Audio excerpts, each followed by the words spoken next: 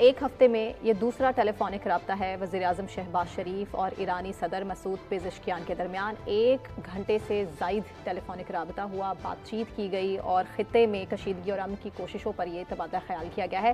مزمل صاحب، کیسے دیکھ رہے ہیں آپ اس ٹیلی فونک رابطے کو؟ دیکھیں، اس کی ٹائمنگ بہت زبردست ہے۔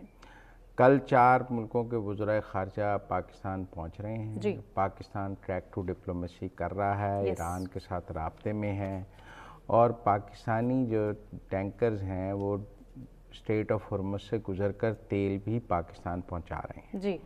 تو ایران پاکستانی ٹینکرز کو آبنائے ہرمز سے گزرنے کا راستہ بھی دے رہا ہے اور ساتھ ساتھ پاکستان کے ذریعے بیک چینل ڈپلومیسی بھی کر رہا ہے۔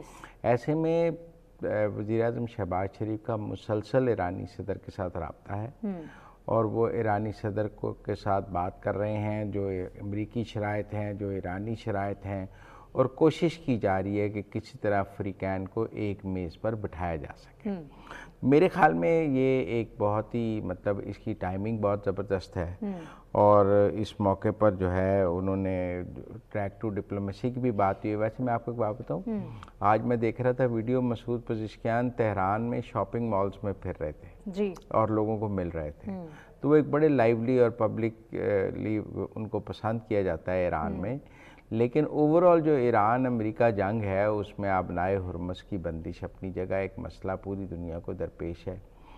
تیل کی قیمتیں بڑھ رہی ہیں، اور ہم نے دیکھا ہے کہ سعودی عرب میں ان کی وہ سلطان بیس پر بھی ایران نے حملہ کیا ہے۔ کل کا دن بہت اور ہیپننگ تھی۔ اسرائیل نے ایران کے اندر سٹیل ملز پر، توانائی کے پلانٹس پر اور ایک ایٹامک سول نیوکلیئر ریئیکٹر کے قریب بھی اٹیک کیا ہے، جو کہ IAEA نے یہ کہا ہے کہ اس سے ریئیکٹر کو نقصان نہیں پہنچا ہے اور کوئی تابکاری نہیں ہوئی ہے۔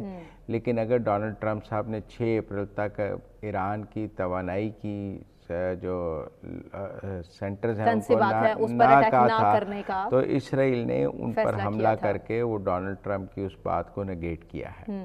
اور میں سمجھتا ہوں کہ اسرائیل نے پہلے بھی کہا ہے کہ وہ سیز فائر نہیں چاہتا۔ ڈونلڈ ٹرمپ صاحب نے آج صبح بھی یہی کہا ہے کہ ہماری بات چیت چل رہی ہے اور امید ہے کوئی حل نکل آئے گا۔ جے ڈی وینس اور نتن یاہو کی بھی ٹیلی فونک گفتگو کو آپ کیسے دیکھ رہے ہیں؟ کیونکہ ایک پریشر تو ہے۔ اس میں سنا ہے کافی تلخی ہوئی، بہت زیادہ، اور اس میں یہ گالن گلوچ تک بات پہنچی ہے۔ یہ تو مجھے نہیں پتا، آپ تو کچھ اور کہہ رہے تھے، ہوا کچھ اور ہے، زیوم کر لینا ایک لمحے کے لیے کہ پریشر تو ہے۔ میں گالن گلوچ تو نہیں کہتا، لیکن میرا خیال ہے تلخی ہوئی ہے۔ نہیں، کلیم کر رہے ہیں اس کو، انٹرنیشنل میڈیا کلیم کر رہا ہے۔ اور وہ کہہ رہے ہیں کہ موساد کے جو ہیڈ ہیں وہ بھی ہائی پاور میٹنگ سے غائب ہیں، کیونکہ انہوں نے تو کلیم کیا تھا رجیم چینج ہو جائے گا، سب حالات کنٹرول میں ہو جائیں گے۔ صورتحال اپنی جگہ تشویشناک ہے، اور وہ جو جنگ کی تشویشناک صورتحال ہے وہ اپنی جگہ ہے، لیکن پاکستان کی جو سفارتکاری کی کوششیں ہیں وہ بھی اپنی جگہ بہت اہم ہے۔ پاکستان لائم لائٹ میں ہے، which is very important۔ نہیں، میرے خیال میں پاکستان اس جنگ کو ختم کرنے کے لیے اپنا ایک کردار ادا کر رہا ہے۔ لائم لائٹ میں ہونا ایک سیکنڈری بات ہے، زیادہ امپورٹنٹ بات ہے کہ اس جنگ کو ختم کرنے کی کوئی راہ نکالنے کے لیے کوئی تو ایسا ملک ہونا چاہیے جو دونوں طرف بات کر سکے۔ اس وقت بہت سارے ملکوں نے ایک سائیڈ لی ہوئی ہے، جیسے عربوں نے ایک سائیڈ لی ہوئی ہے، آپ دیکھیں انڈیا نے بھی ایک سائیڈ لی ہوئی ہے اسرائیل کے ساتھ۔ بہت سارے ملکوں کی ہمیں نظر آتا ہے کہ وہ واضح یا کوئی ایک طرف کھڑا ہے، کوئی ایک طرف کھڑا ہے۔ عرب کنٹریز پہ لیک آف ٹرسٹ بھی ہے ایران کا۔ تو اس لیے میرے خیال میں ایسے میں پاکستان ایک واحد ملک ہے جس کے ایران کے ساتھ اس وقت اچھے تعلقات ہیں، اور ایران ٹرسٹ کر سکتا ہے۔ ایران ٹرسٹ کرتا ہے، گو کہ ہمارے دوستوں نے بڑی بات اعتمادی پیدا کرنے کی کوشش کی ہے، لیکن وہ نہیں ہے۔ ایرانینز ہم پہ ٹرسٹ کرتے ہیں، اور میں سمجھتا ہوں اس ٹرسٹ کی وجہ سے آج بھی ہم نے دیکھا 1 گھنٹے بات ہوئی ہے پرائم منسٹر شہباز شریف اور مسعود پزشکیان کے درمیان۔ یقیناً اس میں جنگ میں کو بند کرنے اور اس کے ساتھ ساتھ جو امن کی راہ تلاش کرنے کے لیے بات ہوئی ہوگی، اور میں سمجھتا ہوں کہ یہ ایک مثبت بات چیت ہے۔ اور کل والے جو ابھی 4 ترکی، مصر، سعودی عرب کے وزرائے خارجہ آ رہے ہیں، جو کوارٹرلی میٹنگ ہو رہی ہے، اس سے پہلے اس گفتگو کی بڑی اہمیت ہے، کیونکہ جو بھی اس گفتگو میں بات چیت ہوئی ہے وہ یقیناً ان باقی جو ہمارے مہمان آ رہے ہیں ان کے سامنے رکھی جائے گی اور کوئی راستہ نکالنے کی کوشش کی جائے گی۔ مزمل صاحب، سوشل میڈیا پر پروپیگنڈا وار بھی اس ٹائم جو ہے وہ چھڑ چکی ہے اور پاکستان کو اس میں انوالو کرنے کی کوشش کی جا رہی ہے۔ انڈیا کی طرف سے یہ فور شور ہو سکتا ہے تاکہ ایران اور پاکستان کے حالات کو خراب کیا جا سکے۔ یقیناً یہ کوشش تو بہت سارے لوگ، یہ کوشش تو اسرائیل بھی کر رہا ہے، اب صرف انڈیا تھوڑی کر رہا ہے، اور یہ کوشش ہمارے افغان دوست بھی کر رہے ہیں۔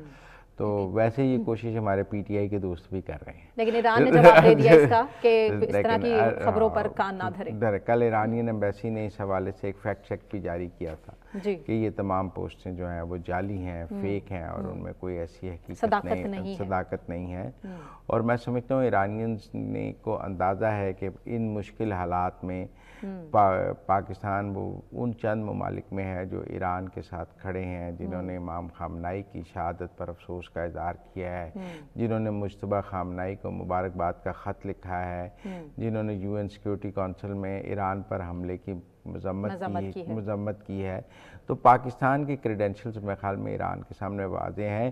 یہ درست ہے کہ جو ایران کے حملے ہیں عرب GCC کنٹریز میں، پاکستان ان کو سپورٹ نہیں کرتا ہے، اور پاکستان کا خیال ہے کہ اس لڑائی کو GCC کنٹریز تک نہیں پھیلنا چاہیے۔ وہ پاکستان کا ایک موقف ایران کے سامنے موجود ہے، اور پاکستان اس کا برملا اظہار بھی کرتا ہے کہ جنگ کو نہیں بڑھنا چاہیے، جنگ کے دائرہ کار کو جتنا محدود رکھا جائے وہ زیادہ بہتر ہے، اور یہ پاکستان کی رائے ایرانیوں کے سامنے موجود ہے۔ اس میں کوئی پروپیگنڈے والی بات نہیں ہے، وہ پاکستان کی نیشنل سٹیٹڈ پوزیشن ہے، جو میں سمجھتا ہوں کہ اس میں کوئی ایسی بات نہیں ہے۔ ذرا IMF کی بات کر لیں۔ IMF سے پہلے پیٹرول کمی کی بات کر لیں اگر۔ وزیراعظم شہباز شریف کا جو کل قوم سے خطاب تھا، جس میں انہوں نے کلیئر کیا ہے کہ ایک سمری جو کہ ان تک بھجوائی گئی کہ پیٹرول 95 روپے اور ڈیزل 203 روپے بڑھا دیے جائے، سمری تھی، سمری کو وزیراعظم شہباز شریف نے اٹھا کے یوں کہہ لیجیے کہ پھینک دیا کہ نہیں، عام آدمی پر اس سے زیادہ مزید بوجھ نہیں ڈال سکتے مہنگائی کا۔ اس کو آپ کیسے دیکھ رہے ہیں؟ اور IMF کی طرف اس کے بعد جاتے ہیں، کیونکہ حکومت جامع منصوبہ بھی بنا رہی ہے تاکہ عوام کی بہتری کے لیے، ان کی سہولت کے لیے کام کیا جائے، جس میں عوام کے تعاون کا انہوں نے کہا ہے کہ ان کے سپورٹ کی فی الحال سب سے زیادہ ضرورت ہے۔ کس کی طرف اشارہ؟ دیکھیں، ہمیں پیٹرول خرچ کرنے میں کفایت شعاری تو کرنی پڑے گی۔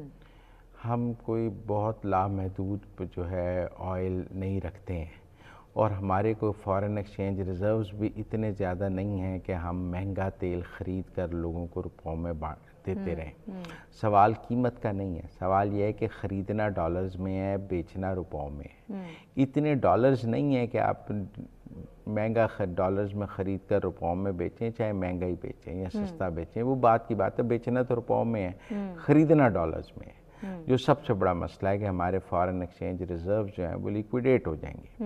میں سمجھتا ہوں پرائم منسٹر کو اندازہ ہے کہ اگر ہم نے تیل کی قیمت بڑھائی تو ملک میں انفلیشن بڑھے گی، اور پھر کاسٹ آف بزنس بڑھ جائے گی، تو اس کا پاکستان کے غریب آدمی پر بھی برا اثر ہوگا، امیر آدمی پر بھی برا اثر ہوگا، کیونکہ تیل تو دونوں کو متاثر کرتا ہے۔ ضروریات زندگی کی چیزیں قیمتیں بڑھیں گی، بجلی کی قیمت بڑھے گی، پانی کی قیمت بڑھے گی، ہر چیز کی قیمت بڑھے گی۔ لیکن میں سمجھتا ہوں گورنمنٹ کو کوئی میکینزم نکالنا پڑے گا۔ ہم اس طرح لامحدود پیٹرول عوام میں نہیں ابھی بانٹ سکتے۔ پیٹرول کی جو بات ہو رہی ہے کہ QR کوڈ بنیں گے اور آپ کو ایک سبسڈائز، یہ جو اس قیمت کا پیٹرول ہے وہ ایک حد تک ہی دیا جا سکتا ہے۔ مثلا میرا ذاتی طور پر خیال ہے کہ موٹر سائیکل والوں کو 50 یا 70 لیٹر اگر آپ مہینے کا دیں، اور اس کے بعد اگر ان کو چاہیے تو مہنگا لیں، گاڑی والوں کو 100 لیٹر دیں، اس کے بعد اگر انہیں چاہیے تو وہ پھر مہنگا لے لیں، تو میرے خیال میں جو راشننگ، یہ نہیں میں کہہ رہا کہ اس کے بعد آپ کو پیٹرول ملنا ہی نہیں چاہیے، لیکن میرے خیال میں ایک جو کم قیمت والا پیٹرول ہے وہ ایک محدود تعداد میں اویلیبل ہونا چاہیے ہر ایک کو، اور اگر وہ اپنے زیادہ یوز کرنا چاہتا ہے تو پھر اس کو یقیناً مہنگا پیٹرول لینا چاہیے۔ میرے خیال میں گورنمنٹ کچھ ان لائنز پہ تیاری کر رہی ہے۔